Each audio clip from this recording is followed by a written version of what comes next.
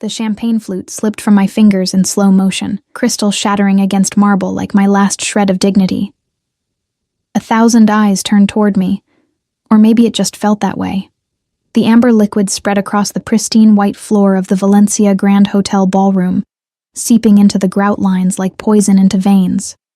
Jesus Christ, Emma. Marcus's voice cut through the string quartet's melody, sharp enough to draw blood. Can't you do anything right? My cheeks burned. The black waitress uniform suddenly felt too tight, too cheap, too obvious against the sea of designer gowns surrounding me. I dropped to my knees, my hands shaking as I tried to gather the glass shards, each piece reflecting a fragment of my humiliation back at me. I'm sorry, The words died in my throat. What was the point? You're always sorry. Marcus loomed above me, his tuxedo immaculate, his cologne, the one I'd saved 3 months to buy him, now suffocating. Sorry doesn't pay rent. Sorry doesn't fix your pathetic life. 3 years.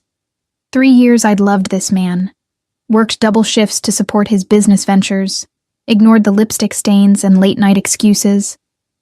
3 years, and here I was, serving champagne at his engagement party to someone else. Maybe if you'd been half the woman Veronica is...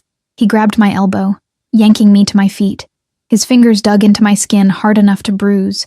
Around us, conversations had resumed, but I caught the sideways glances, the pitying smiles. They were all his friends, his colleagues, his world. I was just the help, the mistake he'd outgrown. Marcus, people are watching, I whispered, hating how my voice trembled. Let them watch. He pulled me closer, and I smelled whiskey on his breath. You need to understand something, Emma. I don't love you. I never loved you. You were convenient. And now you're not even that. The words hit like physical blows. My vision blurred, though I refused to let the tears fall. Not here. Not in front of these people who already looked at me like I was worth less than the champagne I'd spilled. Please. Please what? His laugh was cruel. You're embarrassing yourself. You're embarrassing me. Just do your job and stay out of sight.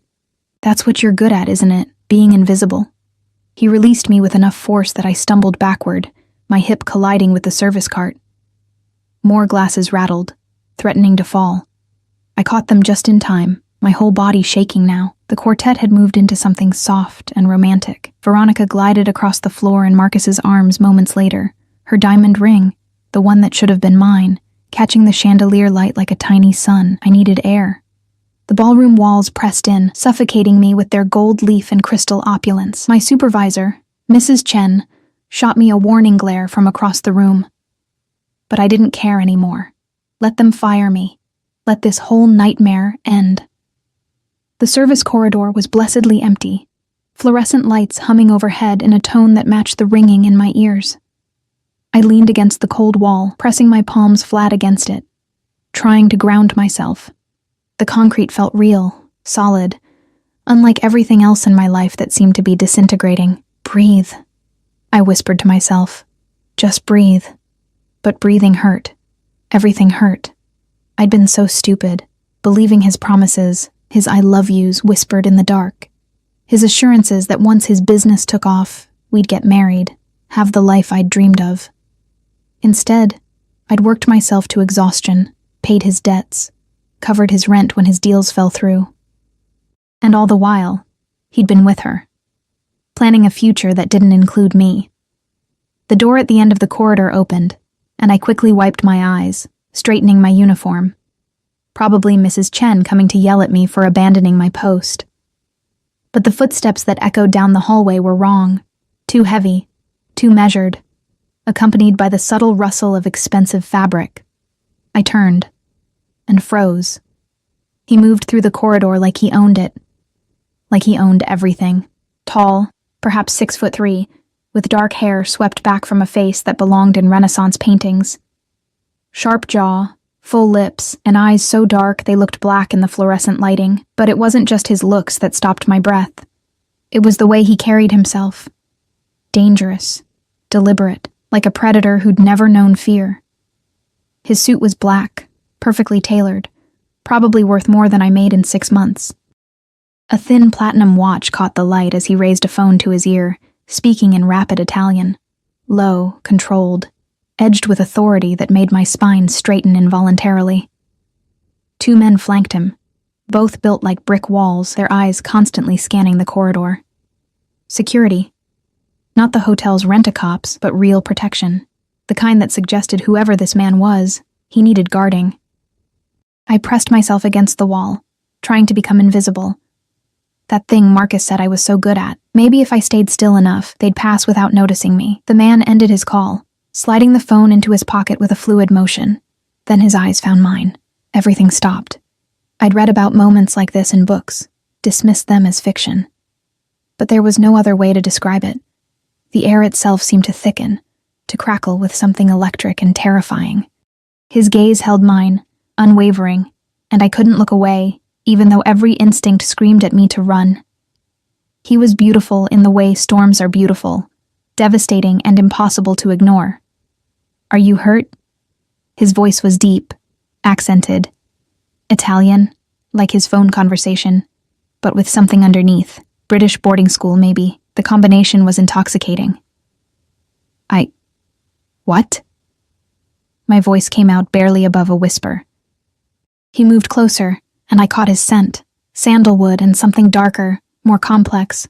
Smoke and spice and danger. One of his guards shifted, hand moving toward his jacket, but the man raised a finger slightly, and the guard stilled. "Your arm." He gestured toward my elbow, where Marcus's fingers had left red marks already darkening to purple. "Someone hurt you?" "No, It's nothing. Just, I wrapped my hand around the bruises, hiding them. An accident." His jaw tightened almost imperceptibly. Accidents don't leave fingerprints. How had he seen that in the split second he'd glanced at me? And why did he care? People like him, powerful, wealthy, dangerous, didn't notice people like me. We existed in different universes that should never collide. "It's really nothing, sir. I should get back to work." I moved to step past him, but he shifted slightly, blocking my path without actually touching me. The corridor suddenly felt very small. "What's your name?" "Emma."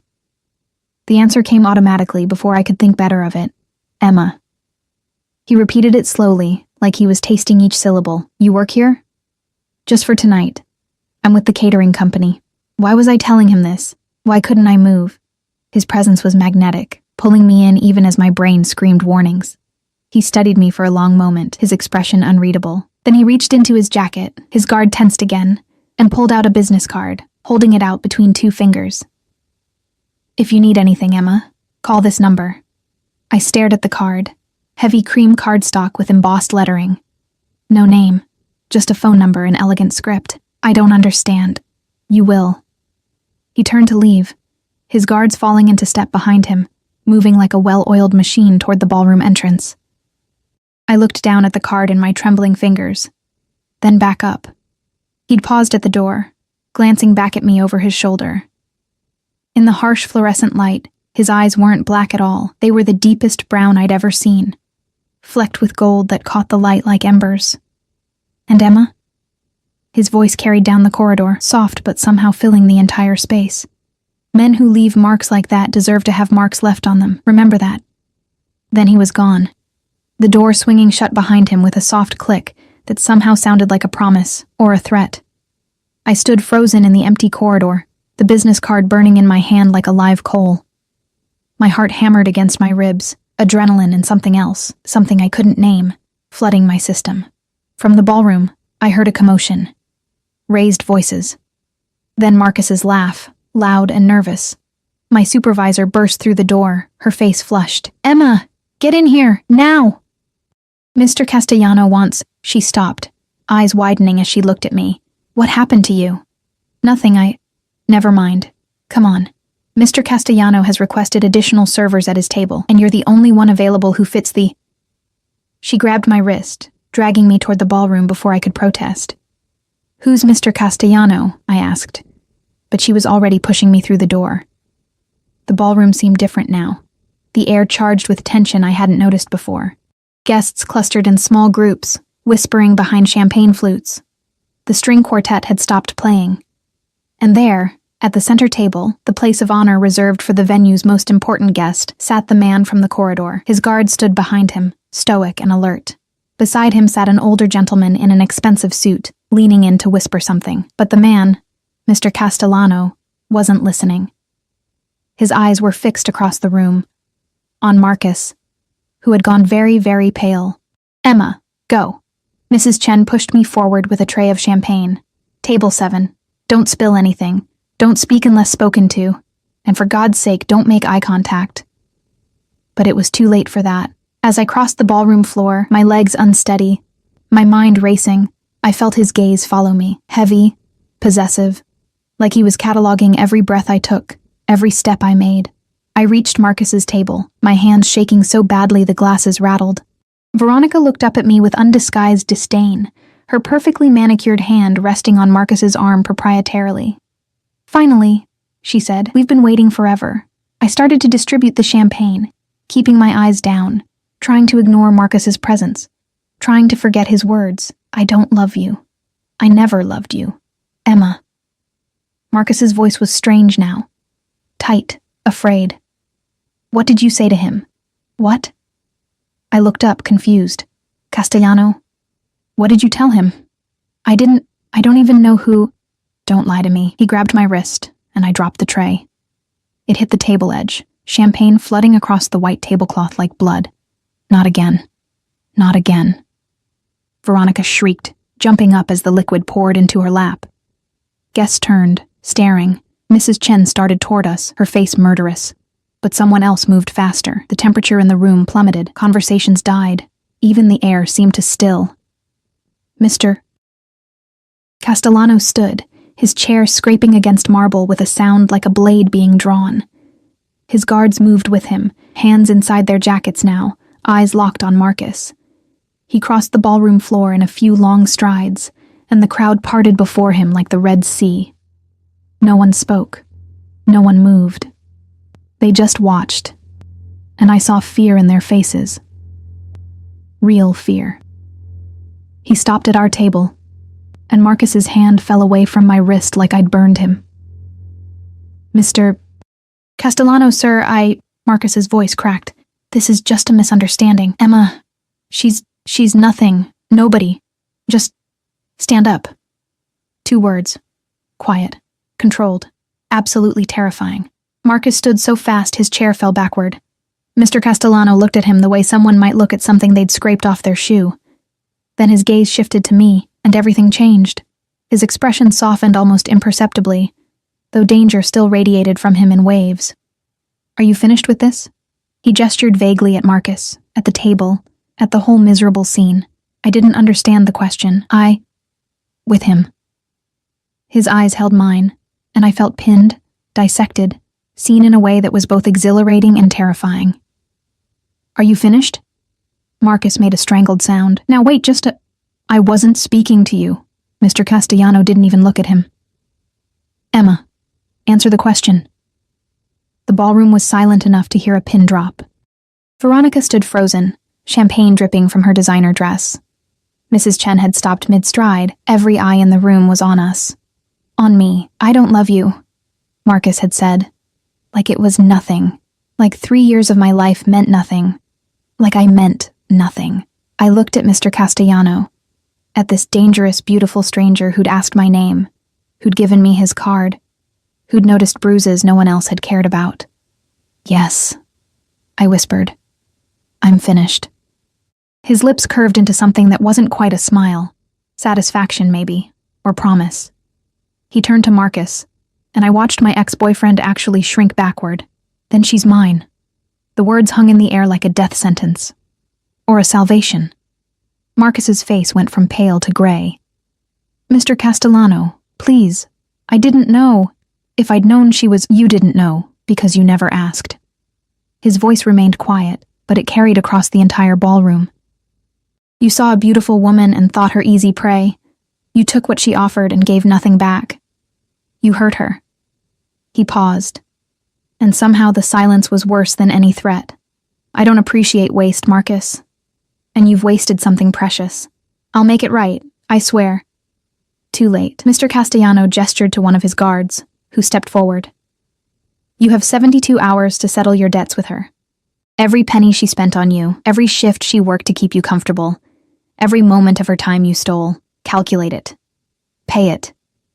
And then you're going to disappear from her life like you never existed. But, am I unclear? No, sir. No. I understand. Marcus looked at me, and I saw hatred burning in his eyes beneath the fear. This isn't over, Emma. Mr. Castellano moved so fast I barely saw it. One moment he was standing still. The next his hand was wrapped around Marcus's throat, lifting him slightly off his feet. The guard's hand was inside his jacket now, and Veronica screamed. It's over, Mr. Castellano said, his voice still that same quiet tone that somehow made every word feel like a blade. If you contact her, look at her, breathe in her direction, I will know, and then we'll have a very different conversation. Are we clear? Marcus nodded frantically, his face turning purple. Mr. Castellano released him, and Marcus collapsed against the table, gasping. Then he turned to me, and the dangerous man vanished, replaced by someone almost gentle. Come, Emma. He extended his hand. You're done here. I stared at his hand like it was a snake. I don't understand what's happening. You're leaving with me. Unless you'd prefer to stay? He glanced around the ballroom, at the gawking guests, at Mrs. Chen's furious face, at Marcus wheezing beside his overturned chair. The choice is yours. It's always yours. My whole body trembled. This was insane. I didn't know this man. He was clearly dangerous, the kind of dangerous that made Marcus, who'd always seemed so powerful in my small world, look like a terrified child. But Marcus had said he didn't love me, had humiliated me, had left marks on my skin that this stranger had noticed when no one else had cared, and something in Mr. Castellano's dark eyes promised that whatever came next, I would never be invisible again. I took his hand. His fingers closed around mine, warm and strong, and I felt that electric current again. Stronger now, running from where we touched straight to my core. Good girl, he murmured, and the words shouldn't have affected me the way they did. He led me toward the exit, his guards falling into formation around us. Behind us, chaos erupted. Voices, crying, Mrs. Chen shouting my name, but none of it mattered. None of it reached through the strange bubble that seemed to surround us. At the ballroom door, he paused, glancing back at the crowd one last time. This party is over. Everyone out. Now. And they moved. All of them. Like puppets with cut strings, scrambling for the exits. The door closed behind us, and he led me through the corridor, not the service corridor where we'd met, but the main hallway with its plush carpeting and expensive artwork. His guard walked ahead, speaking into an earpiece, while another fell back to cover our rear. Where are we going? I finally found my voice. Somewhere safe. He didn't look at me, his thumb tracing small circles on the back of my hand, in a gesture that should have been comforting but instead made my pulse race. Somewhere we can talk. I don't even know you. Now he did look at me, and I nearly stumbled at the intensity in his eyes. No, but you will. We emerged into the hotel's circular drive where a black SUV waited, engine running. The windows were tinted so dark I couldn't see inside. Another SUV idled behind it, and I realized with a start that there were probably more, a whole convoy hidden in the shadows. The guard opened the rear door, and Mr. Castellano gestured for me to enter. I hesitated on the threshold between my old life and something unknown. Behind me, the Valencia Grand Hotel where I'd just lost everything. Ahead, a dangerous stranger who'd claimed me in front of a room full of witnesses. Then she's mine. What had I done? Emma. His voice was soft now, close to my ear, his breath warm against my neck. Trust me. And God help me, I did. I climbed into the SUV, and he followed, settling beside me as the door closed with an expensive, final-sounding thunk. The interior smelled like leather, and that intoxicating scent I'd noticed before. Sandalwood and smoke and something uniquely him. The guard took the driver's seat, another beside him, and we pulled away from the hotel smoothly. Through the tinted windows, I watched the world I knew disappear into the darkness. What happens now? I asked, my voice small in the sudden quiet. Mr. Castellano reached out, gently tilting my chin so I had to look at him. In the dim interior lighting, his features were sharp angles and shadows, beautiful and terrifying all at once. Now, he said, you tell me everything about the man who thought he could throw you away, and then I decide what to do about it. His thumb brushed across my lower lip. and I shivered. And Emma? His smile was dark, promising things I couldn't name. You're going to learn what it means to be cherished by someone who never wastes anything precious. The SUV turned onto the highway, accelerating smoothly into the night, carrying me away from everything I'd known toward a future I couldn't imagine. I should have been terrified. Maybe I was. But beneath the fear was something else. Something that had unfurled in my chest the moment his hand had touched mine. Hope. The SUV glided through the city streets like a shadow, smooth and silent despite its obvious weight. I pressed my hand against the cool window, watching neon lights blur past. Restaurants I'd never eat in, boutiques I'd never enter, lives I'd never live. Except now, sitting beside a man whose name I barely knew, everything felt uncertain. Possible. Terrifying. You're shaking. His voice cut through my thoughts, low and observant. I pulled my hand back, tucking it beneath my thigh. I'm fine. Liar. But there was no accusation in the word, just statement of fact. He shifted, and suddenly his jacket was around my shoulders, heavy and warm and saturated with his scent. Better? The leather was butter soft, probably cost more than my monthly rent. I pulled it tighter around myself, nodding because I didn't trust my voice. We'd been driving for maybe 15 minutes, the cityscape gradually shifting from downtown glitter to tree-lined streets with gates and security cameras. Old money territory, the kind of neighborhood where people like me only existed to clean houses or serve dinner parties. Where are we going? I asked again, because the silence was stretching too long and my imagination was filling it with increasingly wild scenarios. My home. He was watching me. I could feel it, but I kept my eyes forward. We need privacy for this conversation, and hotels have too many eyes. Your home. I repeated it slowly, tasting the danger in those words. I don't think that's... You're safe with me, Emma. His hand found mine in the darkness, engulfing it completely. I know you have no reason to believe that, but it's the truth. I'm many things, most of them terrible, but I don't hurt women. Ever. I turned to look at him then, searching his face for deception. The passing streetlights painted him in alternating shadow and gold, and I found myself wanting to believe him. Wanting it so badly it scared me more than anything else that had happened tonight. Who are you? I whispered. Really? His lips curved into something too sharp to be a smile. Dante Castellano, and before you ask, yes, that Castellano family. I'm sure you've heard stories. I had. Everyone in the city had. Whispers about organized crime, about a family that controlled everything from the docks to City Hall, about a young Don who'd taken over after his father's death and consolidated power with ruthless efficiency. The newspapers called him untouchable. The streets called him something else, Il Diavolo, the devil. My breath caught. You're... Yes.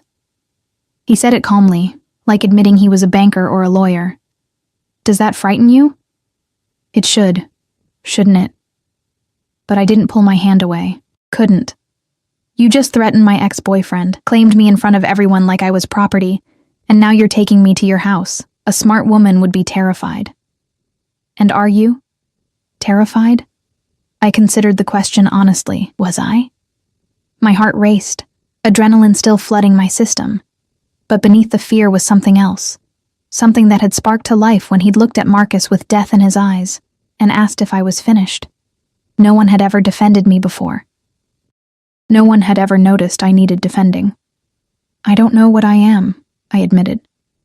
The SUV turned through massive iron gates that swung open automatically, motion sensors tracking our approach. The driveway stretched ahead, lined with old-growth trees and subtle lighting that somehow made the darkness seem deeper. Through the branches, I caught glimpses of stone and glass, a structure that seemed to grow from the landscape itself. You're exhausted, Dante said, his thumb tracing those same small circles on my hand. You're hurt. You're confused. And you're wondering if you've made the worst mistake of your life getting into this car with a monster. I didn't say monster. You didn't have to. We pulled up to a circular courtyard, a fountain at its center casting dancing shadows across marble pavers. It's what I am, Emma. Better you know that now. The SUV stopped, and immediately one of the guards appeared, opening Dante's door. He stepped out fluidly, then turned to offer me his hand. I hesitated for just a moment before taking it, letting him help me down. The November air bit through my thin uniform, and I was grateful for his jacket still wrapped around me. The house loomed above. Calling it a house felt inadequate. It was an estate, all clean modern lines and floor-to-ceiling windows, warm light spilling from within, beautiful. Cold. Exactly what I'd imagine a devil's lair to look like.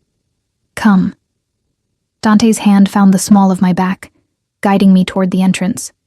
His touch was light, respectful, but I felt branded by it nonetheless. Inside, the space opened up into a cathedral-ceilinged foyer, all white marble and dark wood. Abstract art I didn't understand decorated the walls, and a floating staircase curved upward to a second floor wrapped in glass railings. It was stunning, sterile, a showpiece, not a home. A woman appeared from a side hallway, older, perhaps 60, with steel-gray hair pulled into a neat bun and kind eyes that assessed me quickly. Mr. Castellano, we weren't expecting you back tonight. Change of plans, Teresa. He guided me forward gently. This is Emma. She'll be staying with us. Can you prepare the guest suite in the East Wing? Teresa's eyebrows rose fractionally, but she recovered quickly. Of course. Would the young lady like something to eat? Some tea, perhaps? My stomach growled, reminding me I hadn't eaten since my hurried lunch 12 hours ago. Dante's lips twitched. Yes, Teresa. Something light. Will be in my study. He turned to me. Unless you'd prefer to go straight to your room? You don't have to talk to me tonight if you'd rather. No, the word came out too fast, too desperate. I mean, I'd rather understand what's happening, what I've gotten myself into. His expression softened infinitesimally. All right, this way. He led me down a hallway lined with photographs, old black and white images of stern-faced men, women in vintage clothing, children playing in what looked like Italian countryside. His family, I realized. Generations of Castellanos staring down at me with varying degrees of judgment. The study was smaller than I'd expected, more intimate.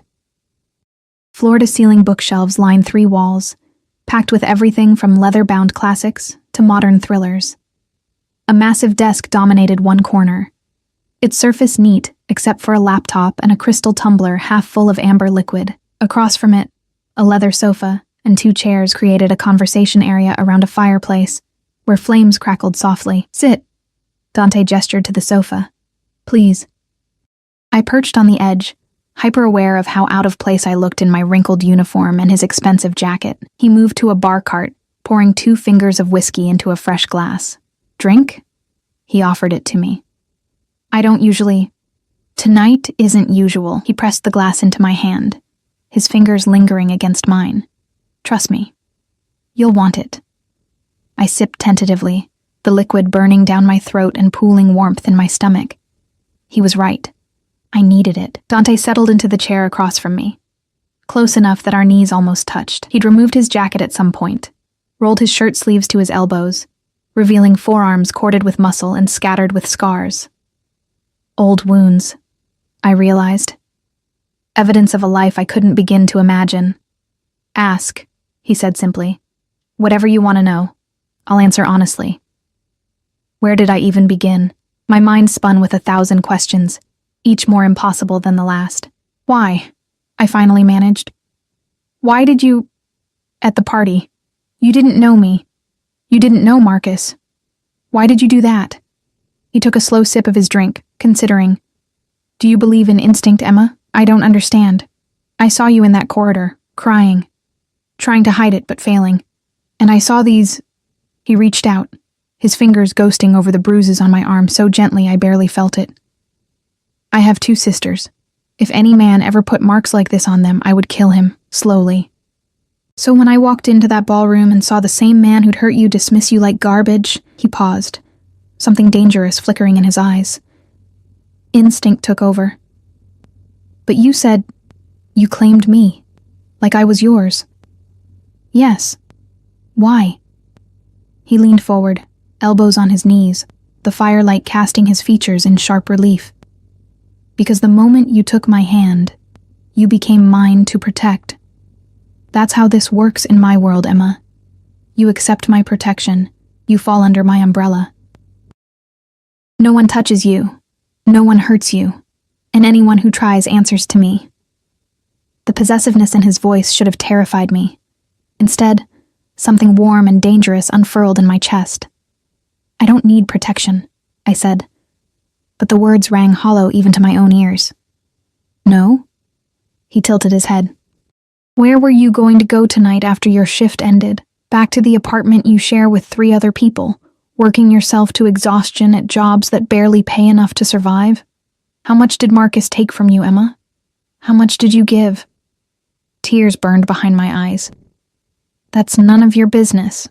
You made it my business when you said yes in that ballroom. His voice softened. I'm not judging you. I'm trying to help you see what you already know. You're drowning, and you have been for a long time. I'm offering you a way out. Nothing is free, I whispered. What do you want from me? The question hung between us, heavy with implication. Dante set down his glass and moved to the sofa beside me, close enough that I could feel his body heat. Smell that intoxicating scent of sandalwood and danger, honestly. His hand cupped my cheek, tilting my face toward his. I don't know yet. I saw a beautiful woman being hurt, and I reacted. Everything after that, we'll figure out together. You can't just collect people because you feel like it. I don't. His thumb brushed across my cheekbone, wiping away a tear I hadn't realized had fallen. You're the first. Why me? Why not you? He smiled then, a real smile that transformed his face from dangerous to devastating. You're stronger than you think, Emma. Strong enough to work yourself to the bone for someone who didn't deserve it. Strong enough to walk away when it mattered. I respect strength. A knock at the door interrupted whatever I might have said. Teresa entered with a tray, delicate sandwiches, fruit, cheese, and a pot of tea that smelled like chamomile and honey. Thank you, Teresa. Dante stood, taking the tray from her and setting it on the coffee table. That will be all tonight. The guest suite? Prepared and ready, Mr. Castellano. She glanced at me, something maternal in her expression. There are toiletries in the bathroom, miss, and I've left some clothes that should fit. If you need anything at all, just press the call button by the bed. Thank you, I managed, overwhelmed by the casual kindness. When she'd gone, Dante poured tea into a delicate china cup and handed it to me. Eat. You're running on empty. I hadn't realized how hungry I was until I bit into a sandwich. The food was simple, but perfect.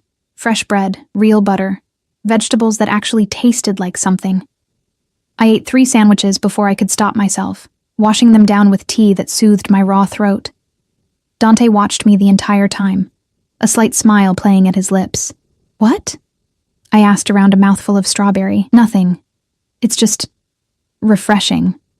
Most women I know would rather starve than eat in front of me.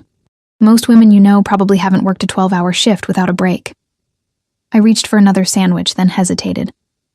Sorry, I'm being yourself. He pushed the plate closer to me. Don't apologize for that. Ever.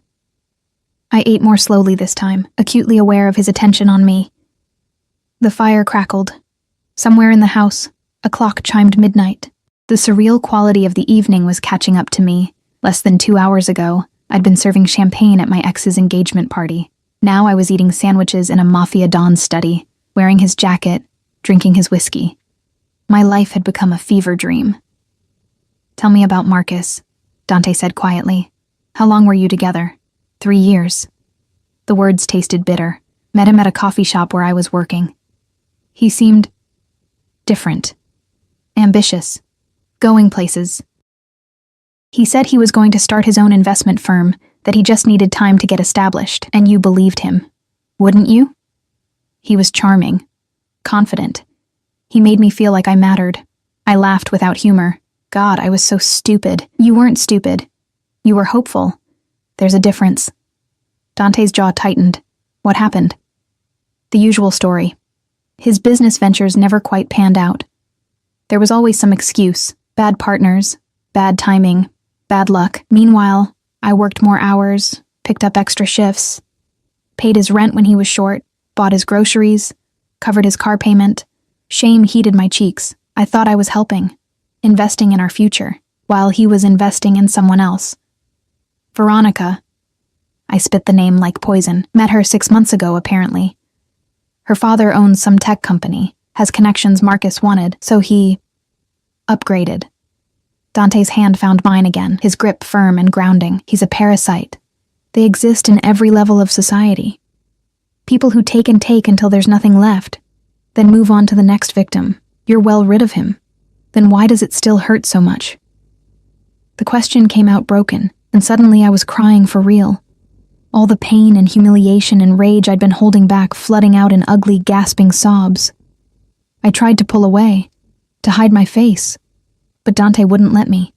He pulled me against his chest, one hand cradling the back of my head, the other wrapped around my waist. Let it out. He murmured against my hair. You're safe here. Let it all out. So I did.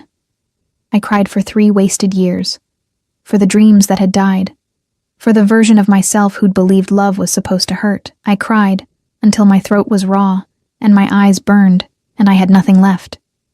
Through it all, Dante held me, steady, solid, a stranger who somehow felt more real than anyone I'd ever known. When the storm finally passed, I pulled back slightly, mortified. I'm sorry. Stop apologizing. He brushed hair from my face, his touch achingly gentle. You're allowed to grieve what you lost, even if losing it was the best thing that could have happened. I looked up at him, at this beautiful, dangerous man who'd appeared in my life like a dark angel. I don't understand you. Good. His smile was crooked, almost boyish. Mystery keeps things interesting. Despite everything, I laughed. It came out watery and broken, but it was real. There she is, Dante said softly. I was wondering if I'd get to see you smile. The intimacy of the moment crashed over me. We were so close I could count his eyelashes, see the faint stubble darkening his jaw, feel his heartbeat against my palm where my hand had landed on his chest. His eyes dropped to my lips, and the air between us charged with possibility. Emma. My name was a question, a warning, a promise. Yes? I barely breathed the word. He leaned in slowly, giving me time to pull away. I didn't. Couldn't. My eyes fluttered closed as his lips brushed mine, soft as a whisper, gentle as a secret. The kiss was nothing like I'd expected. No crushing force, no claiming possession, just warmth and sweetness and a tenderness that made my chest ache. He tasted like whiskey and dark promises, and I found myself leaning into him, wanting more. He pulled back before I was ready, resting his forehead against mine. You're exhausted, he murmured, and you've had the worst night of your life. Whatever this is, it can wait until you've had some rest. What if I don't want to wait? The boldness surprised us both. His pupils dilated, desire flickering across his features before he controlled it.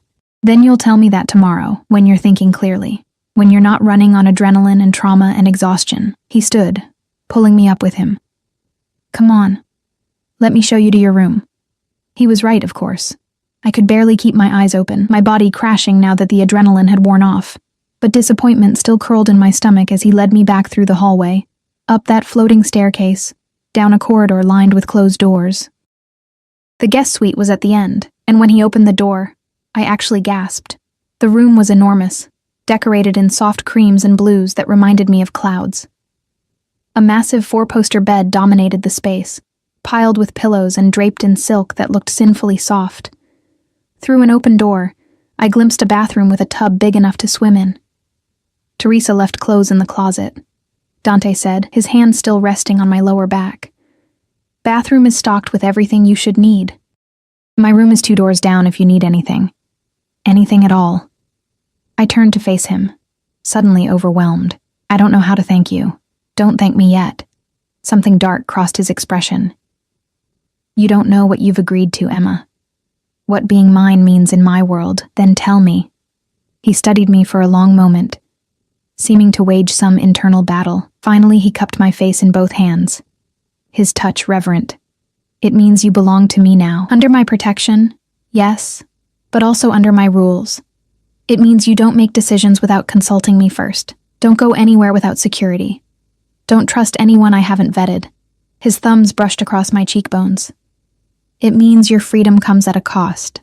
And that cost is your independence. The words should have sent me running. Instead, they sent a shiver down my spine that wasn't entirely fear. And if I can't accept those terms, then I'll have someone drive you anywhere you want to go tomorrow morning and you'll never see me again. His expression was unreadable. The choice is yours, Emma. It's always yours. He pressed a soft kiss to my forehead, then stepped back. Sleep well, Tesoro. We'll talk more in the morning. He was halfway to the door when I found my voice. Dante? He paused, looking back. I'm not going anywhere. Something blazed in his eyes. Triumph, possession, desire. I couldn't tell, maybe all three. We'll see how you feel in the morning. Then he was gone, the door clicking softly shut behind him. I stood frozen for a moment, then slowly stripped off my ruined uniform, letting it pool on the floor. In the bathroom, I found luxury I'd only seen in magazines. Designer toiletries, fluffy towels, a shower with 6 different settings. I showered until the water ran cold, scrubbing away the champagne and tears, and the feeling of Marcus's fingers on my skin. When I finally emerged, wrapped in a towel that probably cost more than my weekly paycheck, I found pajamas laid out on the bed, silk, in a deep blue that made my eyes look brighter. I slipped between sheets that felt like clouds, and sank into pillows that smelled faintly of lavender. Every muscle in my body ached. My eyes burned from crying, and my mind spun with everything that had happened. But as I drifted toward sleep, I didn't feel afraid. I felt claimed, protected, wanted. For the first time in 3 years, I felt like I mattered. And God help me, I liked it. Sunlight woke me, streaming through floor-to-ceiling windows I hadn't noticed last night. I blinked against the brightness, disoriented for a moment, before memory crashed back. The party. Marcus. Dante. Then she's mine. I sat up slowly, taking in the room in daylight. It was even more beautiful than I'd realized. The morning sun painted everything gold, revealing details I'd missed. Fresh flowers on the nightstand, their scent delicate and sweet. A sitting area by the windows with a view of manicured gardens that seemed to stretch forever. On the chair beside the bed, someone had laid out clothes, jeans that looked like they'd actually fit, a soft cashmere sweater in dove gray, even underwear still in packaging. A note rested on top, written in elegant script. Good morning, Miss Emma. Breakfast is ready when you are. Ring if you need anything. Teresa. My phone sat charging on the nightstand, though I didn't remember plugging it in. When I checked the screen, my stomach dropped. 43 missed calls, 67 text messages. Most from Marcus, increasingly frantic.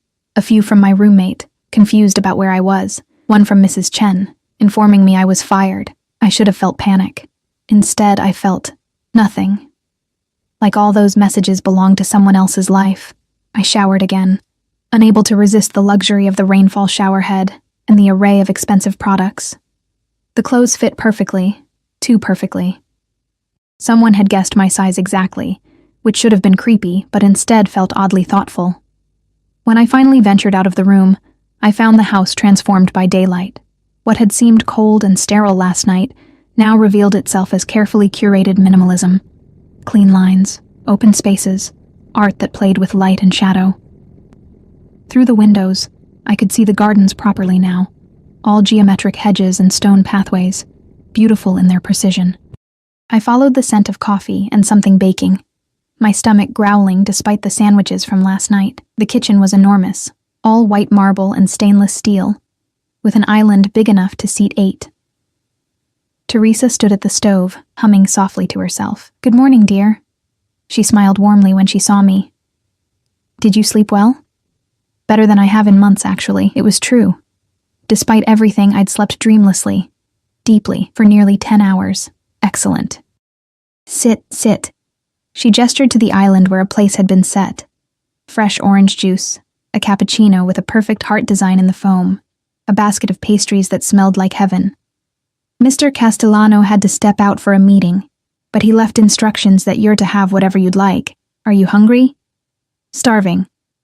I slid onto one of the stools, wrapping my hands around the cappuccino cup. The first sip was perfect, rich and smooth with just a hint of sweetness. Teresa beamed and began assembling a plate.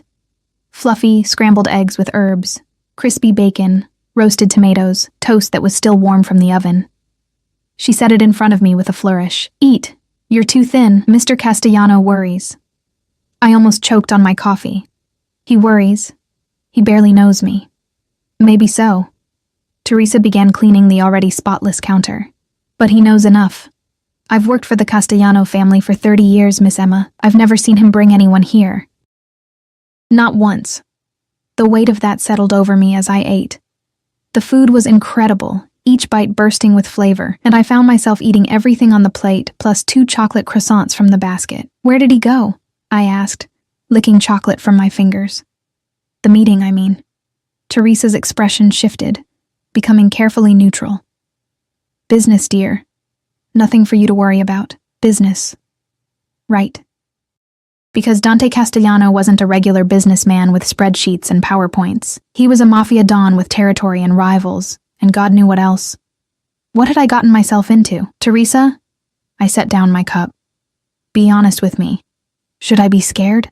She stopped her cleaning and came around the island, taking my hand in both of hers. Her skin was warm, worn soft with age. Mr. Castellano is many things, she said carefully. He's dangerous, yes, ruthless when he needs to be, but he has a code, a sense of honor that runs deeper than you might expect. If he's claimed you under his protection, you're safer here than anywhere else in this city. Do you understand? I wasn't sure I did, but I nodded anyway. The sound of the front door opening made us both turn. Voices echoed through the foyer. Dante's deep rumble and another man's lighter tone, followed by a woman's laugh. Ah, Teresa said, releasing my hand. The family's here. That'll be Mr. Castellano's sisters. Before I could process that, they swept into the kitchen like a designer-clad tornado. The woman was stunning, mid-20s, with long dark hair and the same golden brown eyes as Dante, dressed in tailored pants and a silk blouse that probably cost more than my monthly rent. The man beside her was equally beautiful, though in a softer way, with carefully styled hair and an easy smile. Teresa, cara mia, you're an angel. Is that your lemon ricotta cake I smell? The woman air-kissed Teresa's cheeks before her gaze landed on me. And you must be Emma. I stood awkwardly, hyper-aware of how out of place I must look despite the expensive clothes. Yes, hi. Gabriella Castellano. She crossed to me in 3 long strides, taking my hands and studying me with unabashed interest. Dante's sister. And this is Marco, my utterly useless but occasionally amusing best friend. Charmed. Marco gave me a little wave, his eyes dancing with mischief. So you're the mystery woman who has our dear Dante in knots. Delightful. I'm not, I stammered. But Gabriella cut me off. Don't bother denying it. He called me at 6 this morning. 6, Emma. Ranting about appropriate security measures and background checks and whether Teresa could be trusted to keep you comfortable. She laughed, releasing my hands to steal a croissant from my basket. I've never heard him so worked up over anyone. Heat flooded my cheeks. He really doesn't need to, but he does. Gabriella's expression sobered slightly. That's who Dante is. When he decides something, or someone is his, he's all in. Obsessive, really. It's the Castellano curse. Gabriella. Dante's voice cut across the kitchen, sharp with warning. He stood in the doorway, still in the same clothes from last night, but somehow looking completely put together. His eyes found mine immediately, and I felt that electric current again. Stop terrorizing my guest. I'm not terrorizing. I'm educating. But she stepped back, grinning. Morning, Fratellino. You look terrible. Didn't sleep. His gaze didn't leave me as he crossed the kitchen. Emma, how are you feeling? Confused. Overwhelmed. Possibly still in shock. I met his eyes. But okay, I think. Something that might have been relief flickered across his face. Good. That's good. He turned to Teresa. Could you give us a moment? Take Gabriella and Marco to the sitting room. I need to speak with Emma privately. Of course. Teresa herded the other 2 out, despite Gabriella's protests. And then we were alone. Dante moved to the coffee maker, preparing an espresso with practiced ease. I'm sorry about my sister. She has no boundaries. She seems nice. She's a menace. But there was affection in his voice. He leaned against the counter, espresso cup in hand, watching me. We need to talk about what happens next. My stomach tightened. Okay. First, Marcus. My people did some digging last night. His expression hardened.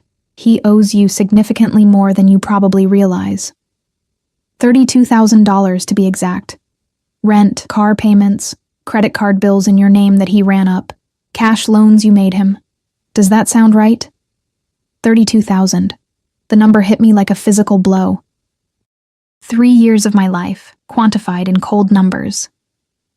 I never kept track. Well, I did. He has until Monday to pay you back, every cent, or I start taking payment in other ways. The casual menace in his voice made me shiver. He won't bother you again, Emma, I promise you that. You didn't have to. Yes, I did. He set down his cup and moved closer, stopping just shy of touching me. You're under my protection now. That means your debts become my debts. Your problems become my problems. Understand? But I barely know you. The protest sounded weak even to my ears. Then get to know me. He tilted his head, studying me with an intensity that made my breath catch. Stay here. Not just for a night or two, but actually stay. Let me show you what your life could be like without someone taking advantage of you. I can't just move in with a stranger. Why not? What's waiting for you out there? He gestured vaguely toward the windows. A job you just lost? An apartment you share with 3 other people where you sleep on a mattress on the floor? Friends who didn't notice you were being used? What exactly are you going back to? The truth of his words stung. He was right. I had nothing. No job, no savings Marcus hadn't drained, no family to speak of. Just a life of survival, of working myself to exhaustion for scraps. I don't want to be a kept woman, I whispered. Then don't be. He cupped my face, forcing me to meet his eyes. Work for me if you want. I have businesses, legitimate businesses, that could use someone smart and hardworking. Or go to school, finish that degree you had to drop out of, or do nothing at all except figure out who you are when someone isn't taking pieces of you. Why? The question burst out of me. Why do you care? You saw me for 5 minutes in a hallway. What could possibly make you want to... I don't know. The admission seemed to cost him. I saw you crying, saw those bruises, and something in me just snapped. Like finding something precious that had been thrown away and knowing I had to keep it, protect it. Maybe I'm crazy. Maybe this whole thing is insane, but I meant what I said last night, Emma. You're mine now. And I take care of what's mine. The possessiveness should have terrified me. Instead, it made something warm bloom in my chest, spreading through my veins like honey. What if I say yes? I asked quietly. What if I stay? His pupils dilated, desire and triumph warring in his expression. Then you follow my rules. You don't leave this property without security. You don't contact anyone from your old life without clearing it with me first. You let me vet anyone who wants to get close to you. His thumb brushed across my lower lip.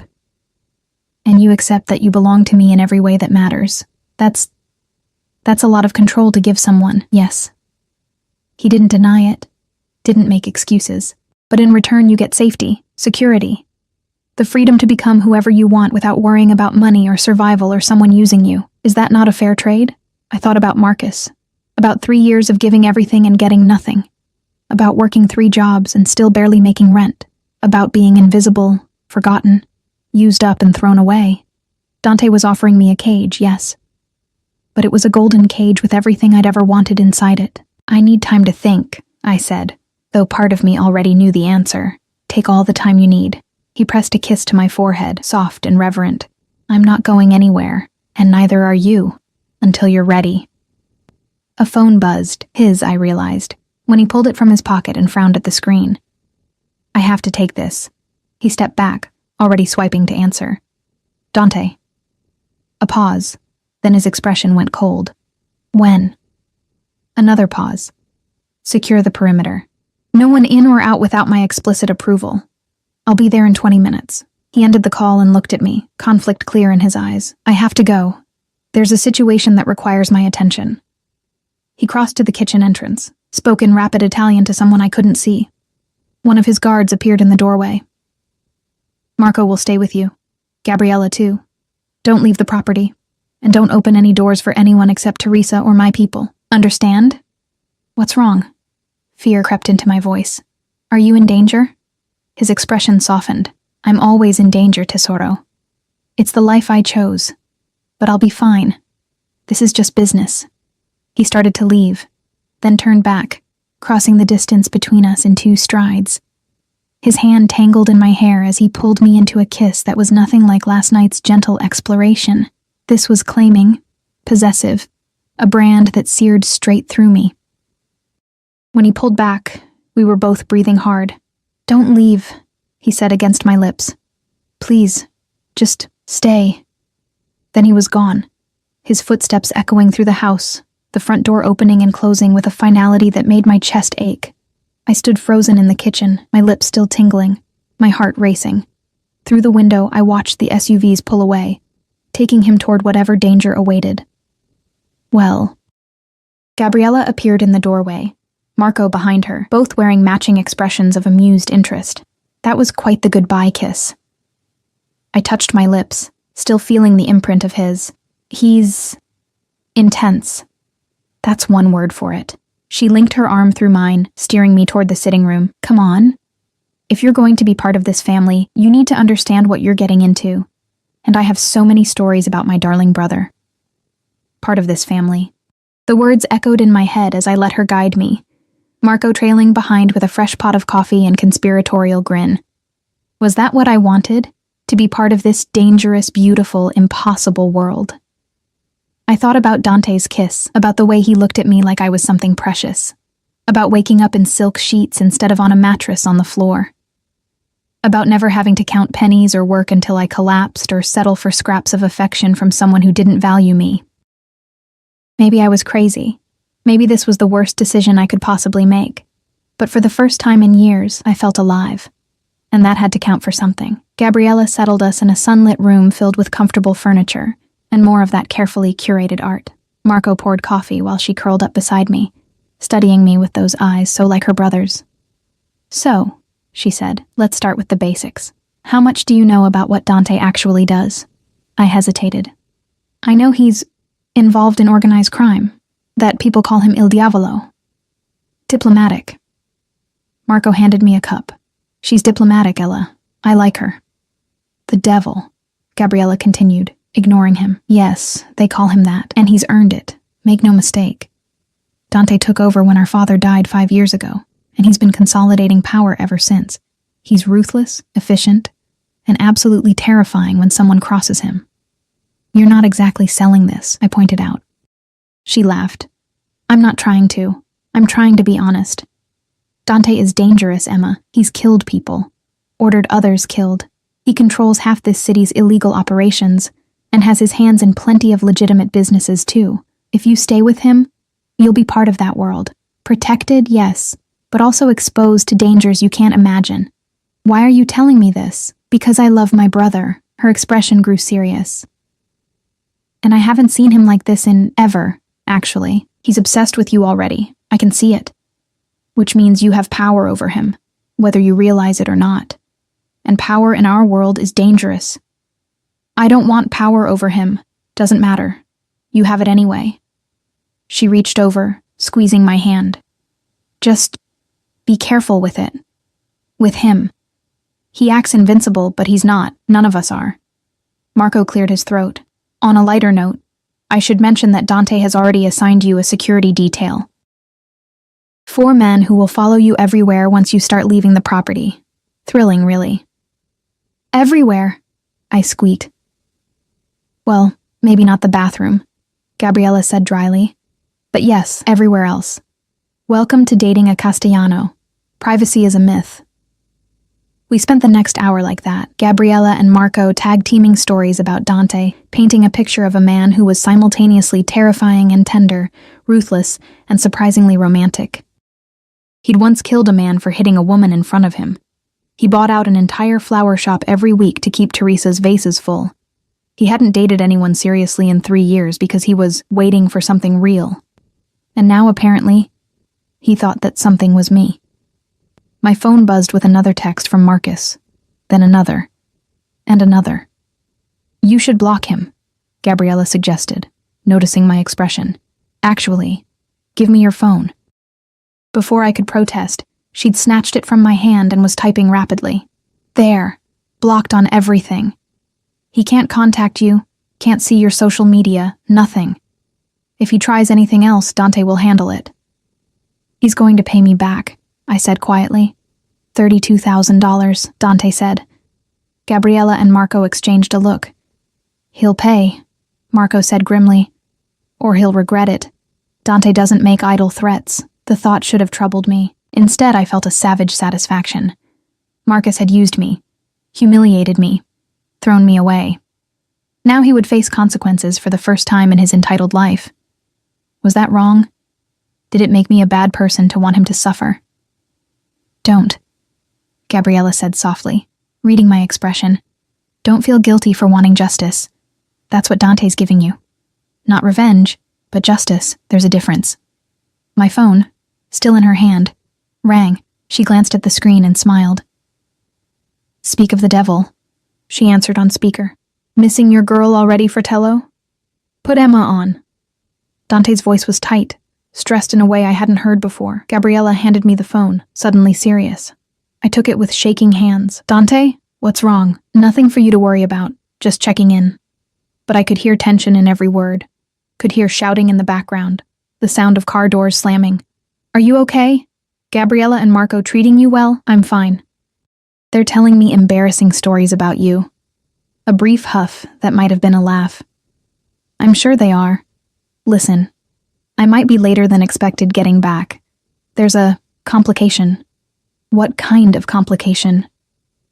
Silence stretched between us. Then, the kind I can't discuss over the phone. Just stay inside, stay with Gabriella. I'll be home as soon as I can. Home. He'd called this place home, like I already belonged here. Be careful, I whispered, surprising myself with how much I meant it. Always. His voice softened. And Emma? Thank you for staying. The line went dead before I could respond.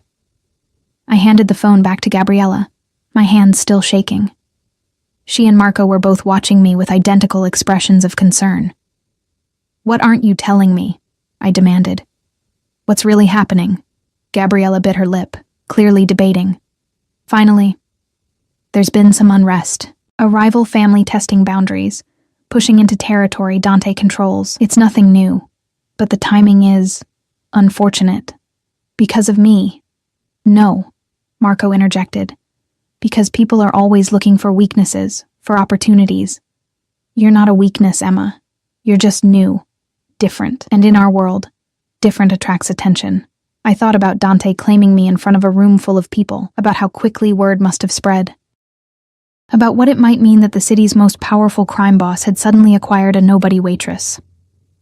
I'm making things complicated for him, I said quietly.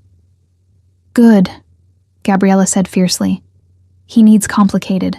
He needs something real, something worth protecting that isn't just territory and power. You're good for him, Emma. I can already tell. But as we sat there in that beautiful room, drinking expensive coffee and pretending everything was normal, I couldn't shake the feeling that I'd stumbled into something far bigger and more dangerous than I'd imagined. And that loving Dante Castellano might cost more than I was ready to pay. The afternoon stretched into evening, shadows lengthening across the gardens as the sun dipped toward the horizon. Gabriella had finally stopped her interrogation disguised as conversation and retreated to the kitchen with Marco to help Teresa prepare dinner. I'd excused myself to the guest suite, claiming exhaustion, but really just needing space to think, to process everything. I stood at the window watching the property's perimeter. Even in daylight, I could see them, guards positioned at regular intervals, moving in coordinated patterns, protecting the house, protecting me. The weight of it pressed against my chest like a physical thing. My phone buzzed. A new number I didn't recognize. The money will be transferred to your account by Monday morning. All of it. Please tell him I'm sorry. Please. M. Marcus. He'd gotten a new number just to grovel. Part of me, the part that had loved him, that had believed his promises, felt a twinge of satisfaction. The rest of me just felt tired. I didn't respond. Didn't block the number. Just set the phone down and turned back to the window. A convoy of black SUVs wound up the driveway, moving fast. My heart jumped into my throat. Dante. I was out of the room before I consciously decided to move, flying down the stairs, my bare feet silent on the marble. Gabriella emerged from the kitchen as I reached the foyer, her expression tense. Emma, wait, but the front door was already opening. And then he was there. Dante looked like he'd been through war. His shirt was untucked, tie gone, jacket missing entirely. Dark stains, blood, I realized with horror, spattered his white dress shirt. A cut above his left eyebrow had been hastily cleaned but still looked angry and fresh. But his eyes, when they found me, blazed with an intensity that stole my breath. "You're hurt," I breathed, crossing to him before I could stop myself. My hands hovered over the cut, afraid to touch. "What happened?" "It's not my blood."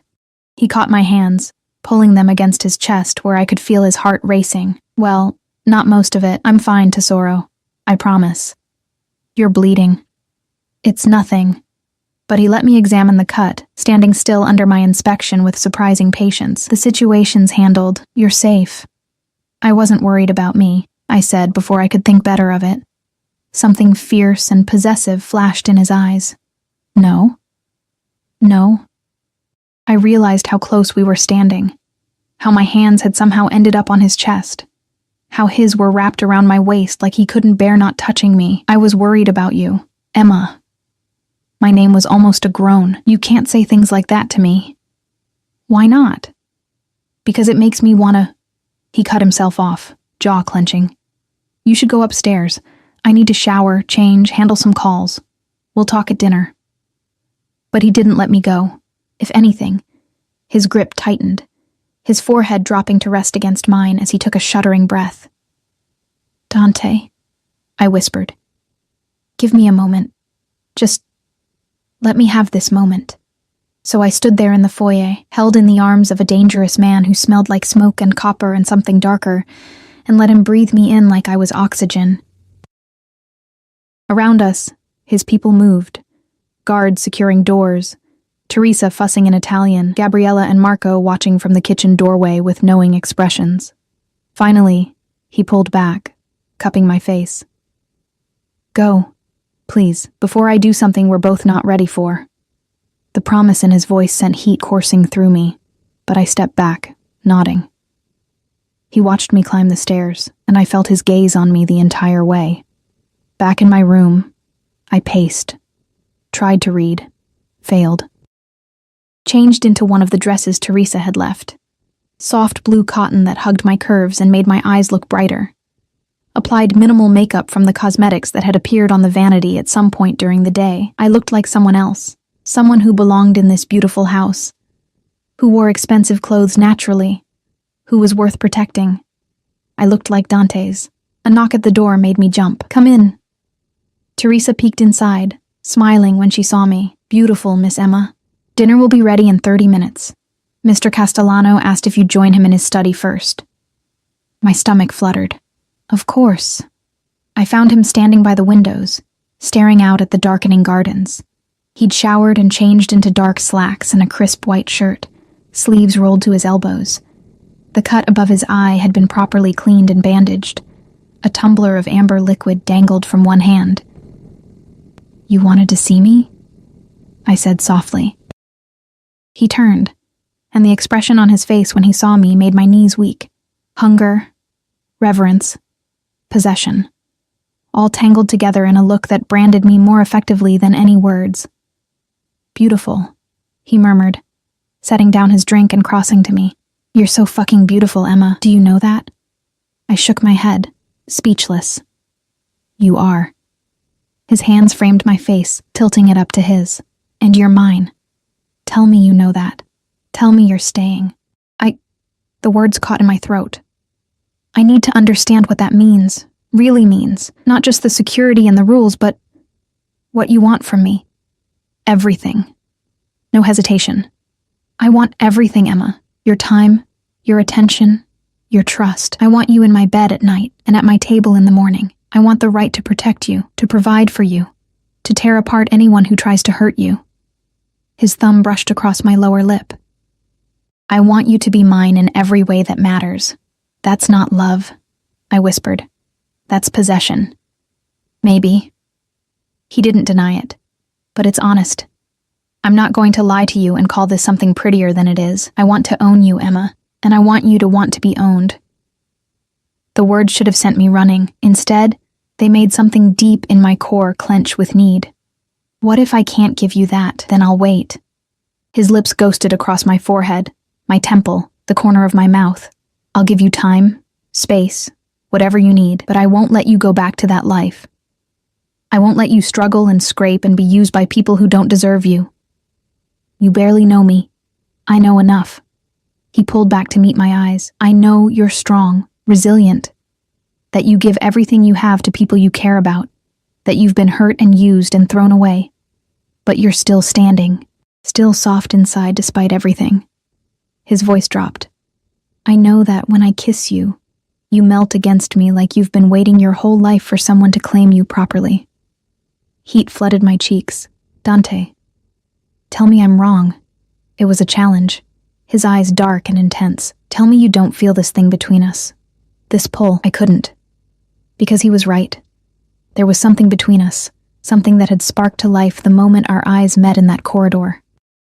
Dangerous and intoxicating and absolutely terrifying. I feel it, I admitted, but that doesn't mean I understand it. You don't have to understand it. His hand slid down to my waist, pulling me flush against him. You just have to trust it. Trust me. You're asking for a lot of trust from someone who just had their trust destroyed. I know. Something vulnerable flickered across his face. But I'm not Marcus, Emma. I won't make promises I can't keep. I won't pretend to be something I'm not. What I am is a man who takes what he wants and keeps it. And I want you. Before I could respond, his mouth claimed mine in a kiss that was nothing like the gentle ones before. This was possession, pure and simple. His tongue sweeping into my mouth, his hands gripping my waist hard enough to bruise, his body pressing me backward until my back hit the wall. I should have pushed him away, should have demanded space, time, clarity. Instead, I kissed him back just as fiercely, my fingers tangling in his hair, my body arching into his. He groaned against my mouth, one hand sliding up to wrap around my throat, not squeezing, just holding, a reminder of his strength and my vulnerability. Say you're mine, he demanded against my lips. Say it, Emma. The words stuck in my throat, terrifying and thrilling in equal measure. A sharp knock on the study door made us both freeze. Dante pulled back with a muttered curse, his breathing ragged. What? He barked. The door opened a crack, and one of his guards spoke in rapid Italian. Dante responded in kind, his tone sharp, before turning back to me. I'm sorry. There's something I need to handle. It can't wait. Frustration darkened his features. Stay for dinner. Please, we'll continue this conversation after. He pressed one more quick, hard kiss to my lips, then strode from the room, leaving me trembling against the wall with my heart racing and my lips swollen. What was I doing? What was I thinking? But I already knew the answer. I was falling. Fast and hard and recklessly into something that could destroy me. And I wasn't sure I wanted to stop. Dinner was an elaborate affair. Teresa had outdone herself with homemade pasta, roasted vegetables, fresh bread that melted on the tongue. Gabriella and Marco kept up a steady stream of conversation, filling the silences with stories and laughter. But Dante's seat remained empty, and every minute that passed tightened the knot in my stomach. He'll be back soon, Gabriella said, noticing my glances toward the door. Probably just dealing with the Marcus situation. I set down my fork. What Marcus situation? She and Marco exchanged glances. Nothing to worry about, Marco said quickly. Just making sure he understands the consequences if he doesn't pay up. Making sure he understands, the carefully neutral phrase that meant something violent was happening somewhere in the city because of me. To protect me. I don't want anyone hurt because of me, I said quietly. Too late for that, Gabriella said, not unkindly. The moment Dante claimed you, you became part of his world, and in his world, debts get paid, and disrespect gets answered. That's just how it works. It's barbaric. Maybe, she shrugged. But it's also effective. Marcus will never bother you again. Isn't that worth something? Was it? I didn't know anymore. Everything felt upside down, my moral compass spinning wildly without direction. We'd just finished dessert, tiramisu that was somehow both light and rich, when Dante finally appeared in the dining room doorway. He'd changed again, this time into dark jeans and a black Henley that clung to his chest and arms. No blood this time, but his knuckles were bruised and swollen. Sorry I'm late. He dropped into his chair, accepting the plate Teresa had kept warm for him. Everything's handled. Marcus? I asked before I could stop myself. His eyes met mine, dark and unreadable. Paid in full as of 20 minutes ago. Every penny, plus interest. He won't contact you again. What did you do to him? Nothing permanent. He cut into his pasta, his movements precise and controlled despite his injured hands. Just a conversation about respect and consequences. He was very receptive. Gabriella snorted. I bet he was. Ella, Dante warned. What? I'm just saying, I've seen your conversations, they're very persuasive. I looked between them, my stomach churning. Did you hurt him?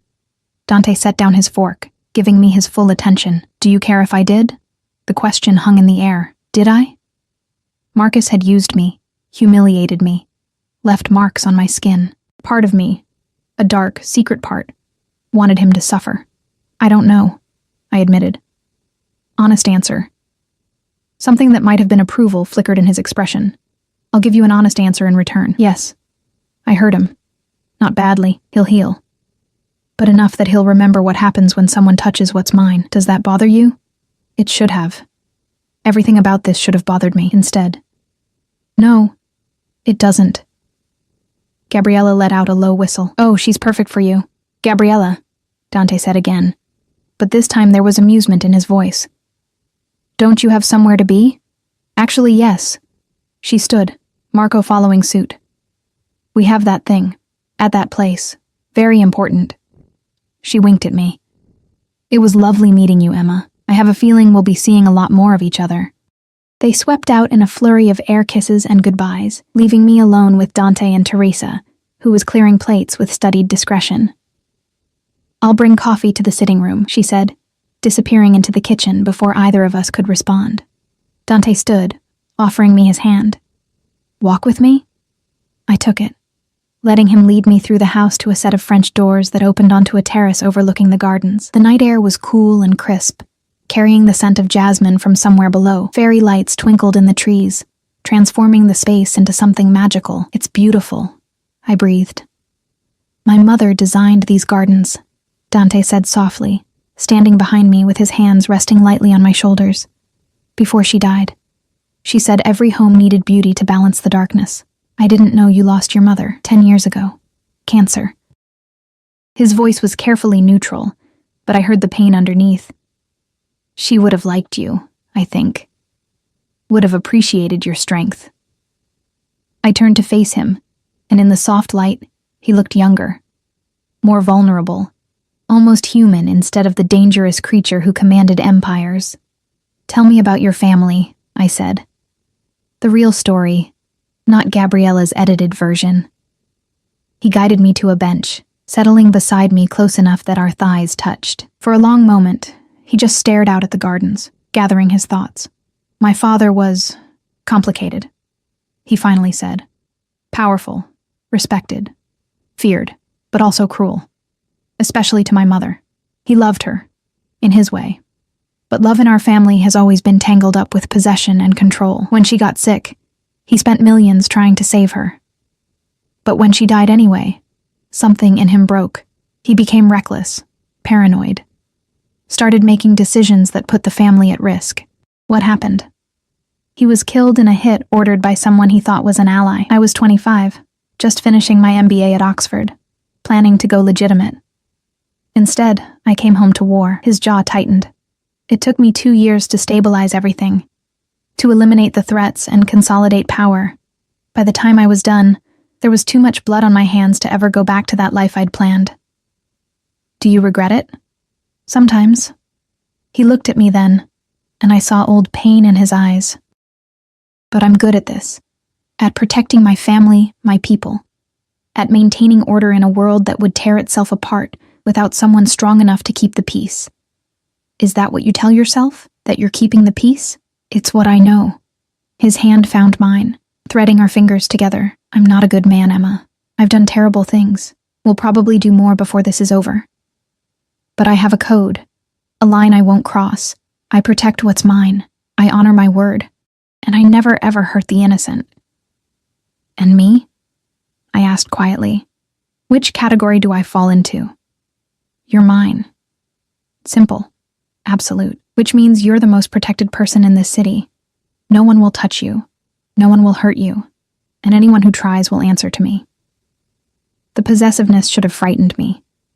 Instead, it made something in me settle, like a piece clicking into place. I'm staying, I heard myself say. Not just tonight, but I'm staying. His hand tightened on mine, his breath catching. You mean that? I think so. Yes. I turned to face him fully. I don't understand this. What's happening between us? It's too fast, too intense, too everything, but I don't want to go back to that life. And I want to see where this goes. Emma. He pulled me into his lap in one smooth motion, his arms wrapping around me like he was afraid I'd disappear. You have no idea what you're agreeing to. Then show me. I tilted my face up to his. Show me what it means to be yours. The kiss was different this time, slower, deeper, full of dark promise. His hands roamed my body, learning my curves, mapping my responses.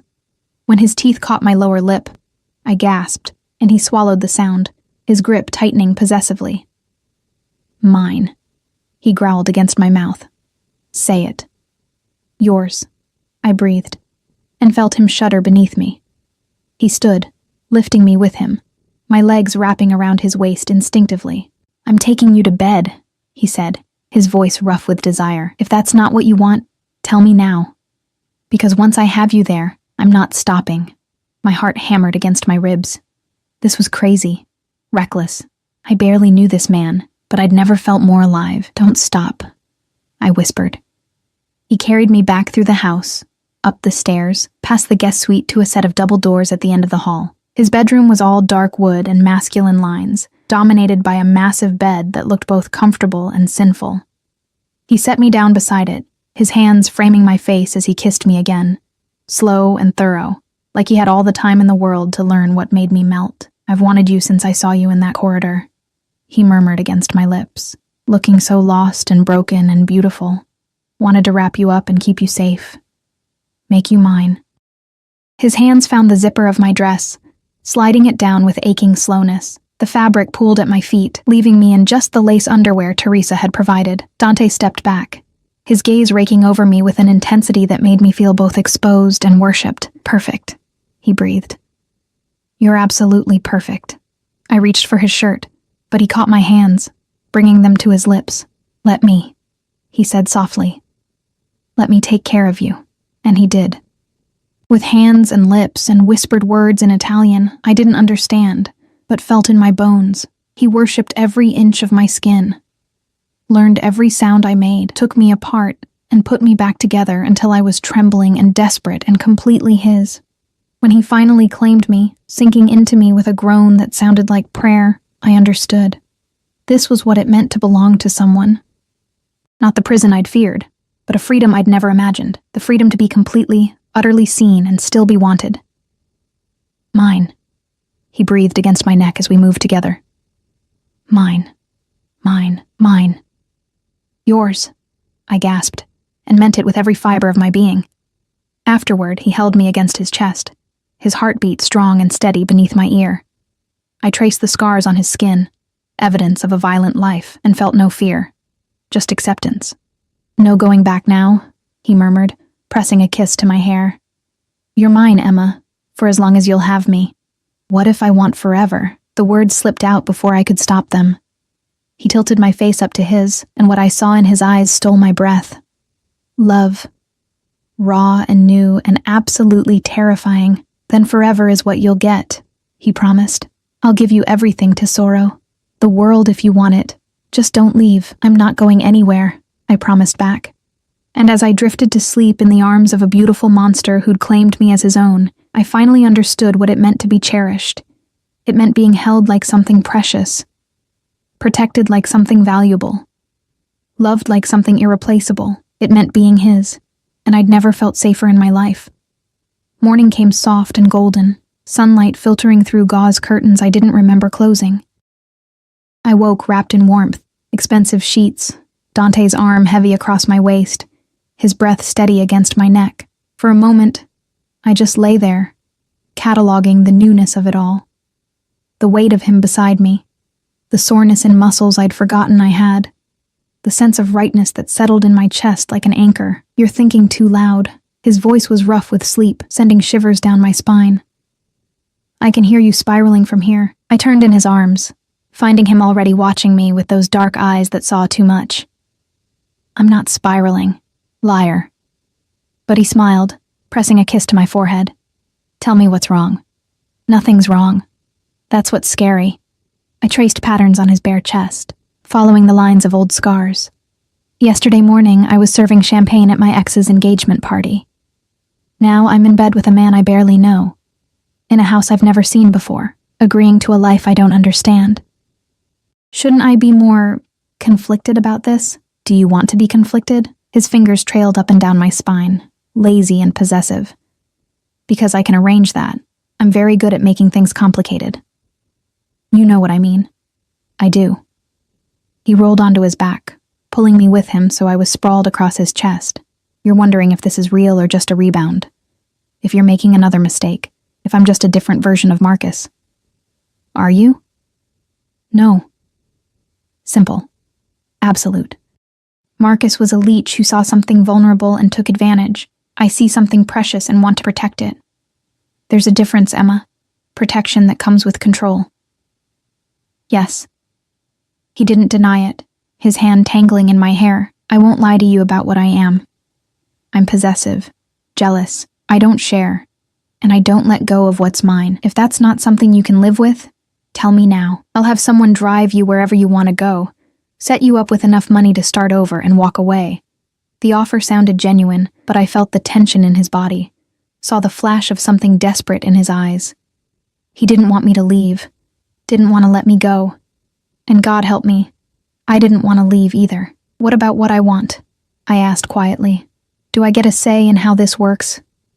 His expression shifted, becoming intent. "What do you want, Emma?" I thought about it. Really thought about it instead of just reacting. What did I want? Safety? Yes, security. But also, I want to matter, I said finally. Not just as something you possess, but as someone you value. I want to finish my degree, do something meaningful with my life instead of just surviving it, and I hesitated, feeling vulnerable in a way that had nothing to do with physical nakedness. "I want you to love me. Not just want me or protect me, but actually love me." Something fierce and tender crossed his face. "I'm falling in love with you already, Tesoro. Have been since you took my hand in that ballroom. Maybe it's too soon to say that. Maybe it's crazy. But it's true." My breath caught. "You barely know me. I know enough." He cupped my face, forcing me to meet his eyes. "I know you're strong and resilient and kind despite everything that's tried to break you. I know you give everything to people you care about, even when they don't deserve it. I know the way you look at me, like you're trying to decide if I'm a devil or a savior, and I know I want to be whatever you need me to be. What if I need you to be just Dante? Not the Don, not the protector, just the man underneath all of that? Then that's what I'll be." He rolled us over, bracing himself above me, his body pressing me into the mattress in a way that made my pulse race. "When we're alone like this, I'm just yours. No business, no empire, no power plays. Just me, loving you the only way I know how." He kissed me then, slow and deep, and I felt the truth of his words in the way he touched me, reverent and desperate and absolutely focused on my pleasure. When he entered me again, it was different from the night before, slower, more intimate. His forehead pressed to mine, our breaths mingling, his eyes never leaving my face. "I love you," he whispered as we moved together. "I love you, Emma. Tell me you believe me." "I believe you," I gasped, and felt something inside me crack open, spilling out 3 years of hurt and disappointment, and replacing it with something bright and terrifying and absolutely perfect. We spent the morning in bed, talking and touching and learning each other in the daylight. He told me about his mother's gardens, about his father's cruelty, about the weight of responsibility that came with his name. I told him about my childhood, about the parents who died when I was 18, about the dreams I'd abandoned to survive. "We'll get you back in school," he said, trailing kisses down my shoulder. "Whatever you want to study, wherever you want to go, I'll make it happen." "Just like that?" "Just like that." He pulled back to look at me. "I have money, Emma. More than I could spend in 10 lifetimes. Let me use it to give you the life you deserve. I don't want to be a kept woman. Then work for me. I have legitimate businesses, hotels, restaurants, real estate. You could manage one, or start your own company. Whatever you want, it's yours. His fingers trace patterns on my hip. I'm not trying to cage you to sorrow. I'm trying to give you wings. The only condition is that you let me watch you fly. It was everything I'd ever wanted but never thought to ask for. Freedom within protection. Support without suffocation. A partner instead of a parasite. Okay, I whispered. Yes, to all of it. His smile could have powered the sun. Yeah? Yeah. I pulled him down for a kiss. But I have conditions too. Name them. I finish my degree. I work. Actually work. Not just pretend to while you support me. And we take this slow. The relationship part, I mean. I need time to trust this. To trust you. To trust myself. Done. He didn't even hesitate. Anything else? Teach me about your world. Not just the surface stuff, but the real details. If I'm going to be part of this, I want to understand it. All of it. He studied me for a long moment. Something like pride warming his expression. Most people want to know as little as possible. Plausible deniability. I'm not most people. No. He kissed me softly. You're definitely not. All right. But Emma, I'll teach you. Some of what you learn will be ugly. Violent. Are you sure you want that? I want the truth. Even the ugly parts. Then you'll have it. He glanced at the clock on the nightstand. Nearly noon. We should get up. I have meetings this afternoon I can't reschedule. And you need to eat something besides me. I blushed, remembering exactly what had happened an hour ago. Dante? Don't. He grinned, looking younger and almost carefree. I love that I can make you blush. It's adorable. We finally dragged ourselves from bed, showering together in a bathroom that was more spa than functional space. Dante was called away twice by phone calls he took in rapid Italian, his expression hardening back into the Don's mask each time. But when he looked at me, he softened again, became just the man who'd whispered love against my skin. Teresa had prepared lunch, a spread that could have fed 10 people but was apparently normal for the household. Gabriella showed up halfway through with shopping bags and a knowing smirk. So, she said, helping herself to pasta. I see you decided to stay. How could you possibly... I started, then noticed the hickey on my neck reflected in the glass door. Oh, indeed. She grinned at Dante. You work fast, Fratello. Gabriella, he warned, but there was no heat in it. What? I'm happy for you, both of you. She turned to me, her expression becoming serious. But we need to talk. About what comes next. What do you mean? She exchanged a glance with Dante, who nodded slightly. Word is spreading. About you. About Dante claiming you. Some people are going to see that as weakness. The big bad Don going soft over a woman. Others will see it as an opportunity. Fear crawled up my spine. Opportunity for what? To hurt him through you, Dante said bluntly, his hand finding mine under the table. It's why security is non-negotiable. Why you can't leave the property without guards. Why I need to know where you are at all times. For how long? Until everyone understands that touching you means war. His jaw tightened. I'm making an example of Marcus, showing what happens to people who hurt you. But there will be others who test those boundaries, especially in the first few months. The reality of my situation crashed over me. This wasn't just about giving up independence or accepting protection. This was about becoming a target, a weapon that could be used against the man I was falling in love with. Maybe I should leave, I said quietly. Go somewhere far away until things settle. No. Dante's response was immediate and absolute. You're not leaving. We're not hiding. That would show weakness. And in my world, weakness is death. He turned my face toward his. I know this is scary. I know it's not what you signed up for. But I will keep you safe, Emma. I swear it. What if you can't? The question came out small, frightened. What if something happens to you because of me? Then it happens. But I'm not giving you up. Not for safety, not for strategy, not for anything. His voice was steel wrapped in velvet. You're mine. That's not changing. Gabriella cleared her throat. Which is why we're going shopping. I blinked at her. What? Shopping. You need clothes, shoes, accessories. Everything. You can't keep wearing my old things. She stood, pulling me up with her. Come on. We're taking the most dramatic security detail in the city and buying out every boutique downtown. It'll be fun. I don't need... Yes, you do, Dante interrupted. You need to look the part, Emma. Need to walk into rooms and have people know you belong there. Belong with me. He stood, pressing a kiss to my temple. Let Gabriella dress you up. Consider it armor. Expensive armor, Gabriella added cheerfully, the best kind. 2 hours later, I found myself in the back of a heavily armored SUV, flanked by Gabriella and Marco, with 2 more vehicles full of guards preceding and following us. The city looked different from behind tinted windows. Still beautiful, but more distant, like I was watching a movie instead of living in the real world. First stop, Valentino, Gabriella announced. Then Prada, then, oh, there's this new designer I've been dying to try. The afternoon became a blur of boutiques and dressing rooms and more money than I'd ever seen spent on clothes. Gabriella was relentless, pulling dresses and shoes and jewelry with an expert eye, while Marco offered commentary that ranged from helpful to absurd.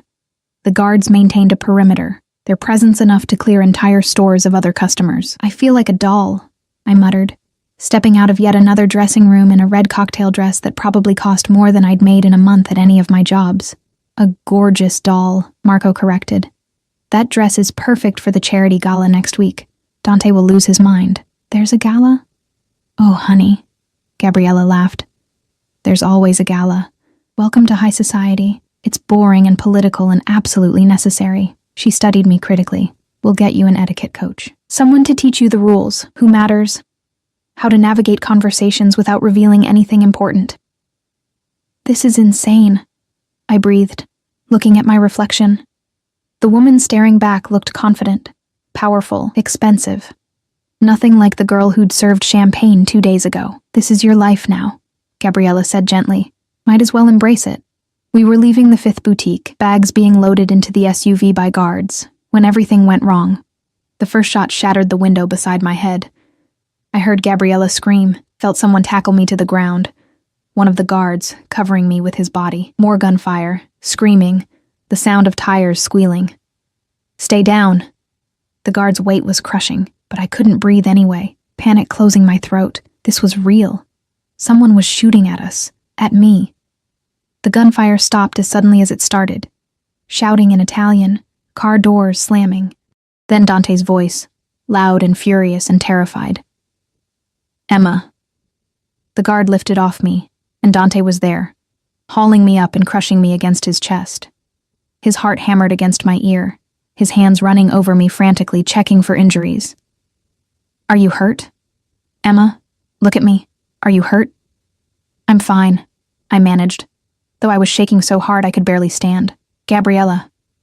I'm okay. She appeared beside us, pale but unhurt, Marco holding her hand. Just some glass cuts, nothing serious. Dante's arms tightened around me. When I looked up at his face, I saw something terrifying. Rage so pure and absolute, it seemed to burn. Get them home, he said to one of his guards. Full lockdown. No one in or out without my clearance. Where are you going? I asked, though I already knew, to send a message. He cupped my face, his touch gentle despite the violence in his eyes. Someone tried to hurt you, tried to hurt my sister. That doesn't go unanswered. Dante, please. Go home, Emma. I'll be back soon.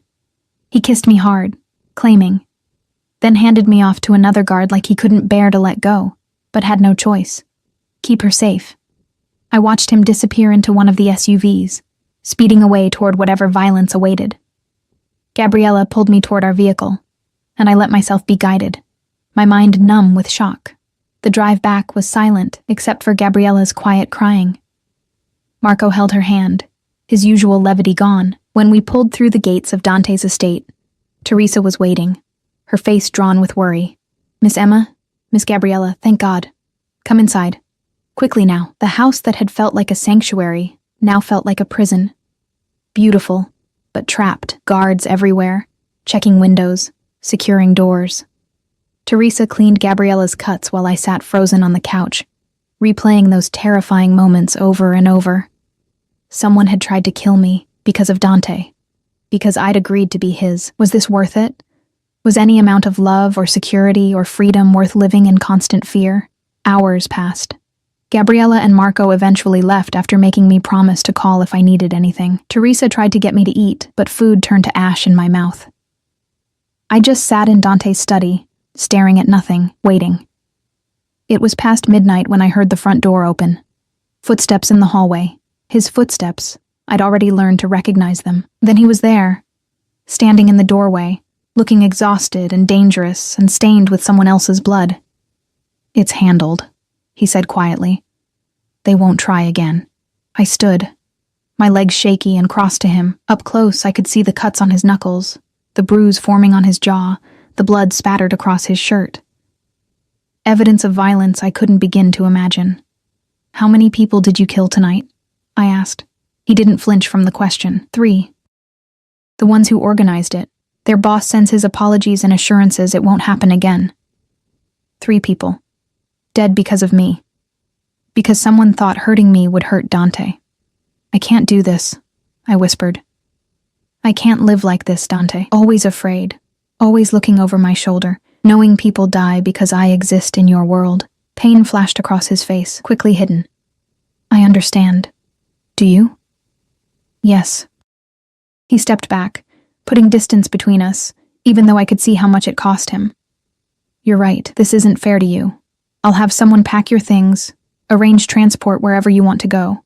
You'll have money, security from a distance. You won't have to worry about—" "Stop." I closed the distance he'd created, grabbing his shirt. "Stop talking." He fell silent, watching me with guarded eyes. "I can't live like this," I repeated.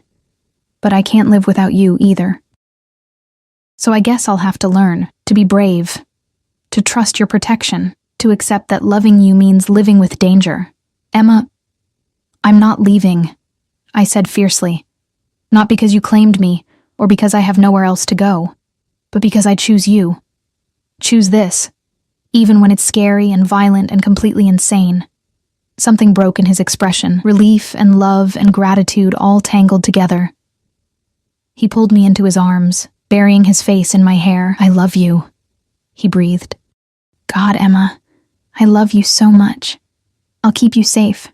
I swear it. I'll burn down this entire city before I let anyone hurt you. I know." I held him tighter, feeling him shake against me. "I trust you." We stood like that for a long time, holding each other in the quiet study while the world spun on outside. Eventually, he pulled back, cupping my face. "Marry me," he said. I blinked. "What? Marry me?" "Not today, not tomorrow, but soon. Make it official." His eyes burned with intensity. "Make it permanent. I want the world to know you're mine. Want everyone to understand that hurting you means declaring war on the Castellano family. Want you to have my name, my ring, my protection in every legal and traditional way possible." It was crazy. We'd known each other for 3 days. 3 days of intensity and violence and passion, but still. 3 days. "Yes," I heard myself say. His smile could have lit the darkness. "Yeah? Yeah." I laughed, feeling giddy and terrified and completely certain all at once. "Let's do something completely insane and get married. Why not? Everything else about this is crazy." He kissed me then, deep and claiming, lifting me off my feet and spinning me around like I weighed nothing. When he set me down, we were both laughing, the tension of the day finally breaking. "I'm going to make you so happy," he promised. "Going to give you everything. The world, Emma. Anything you want. I just want you," I said honestly. "Everything else is just bonus." The next weeks passed in a blur. True to his word, Dante enrolled me in classes, business administration, something I could actually use. He hired tutors to catch me up, set me up with an office in one of his hotels where I learned the legitimate side of his empire, made it clear to everyone who mattered that I wasn't just his lover or his possession, but his partner, his equal. The wedding was small, private, in the garden his mother had designed. Just family and a few trusted friends. I wore a dress Gabriella helped me choose.